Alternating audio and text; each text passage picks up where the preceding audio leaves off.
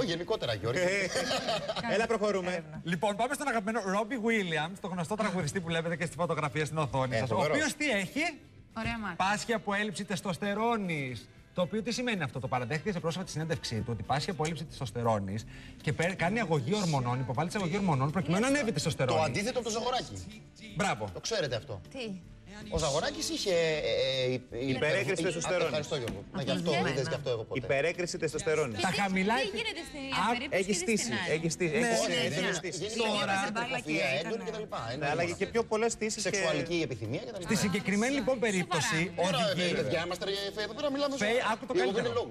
Η συγκεκριμένη περίπτωση οδηγεί σε χαμηλά. Δηλαδή, όσο πιο τεστοστερόνη έχεις, τόσο πιο πολύ. πιο άντρας. Ναι, βεβαίως. Ο Ρόμπι Βίλιαμς.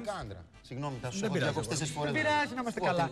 Έχει περιορισμένη σεξουαλική επίδοση. Τριχοφυΐα, έντονη, σεξουαλική επιθυμία, Λένε βαριά μάλιστα ότι φωνή. πολλοί άνθρωποι που έχουν πολύ τεστοστερόνη είναι καραφλοί και βλέπεις δηλαδή πολλοί καραφλοί που έχουν στήθος. Που έχουν το pullover. Ναι, αυτό και τα λοιπά. Όσο σε φεραλείς. Και τέτοια. Και είναι καραφλοί. Γιατί αυτό? Δεν ξέρω, δεν είμαστε εκπομπή ιατρική, εκπομπή λόγου είμαστε. Ναι. Η εκπομπή είναι λόγου, φίλε τώρα. Αν θες κάτι άλλο. Να πάμε τον Κεφαλογιάννη να μας πει. Ναι.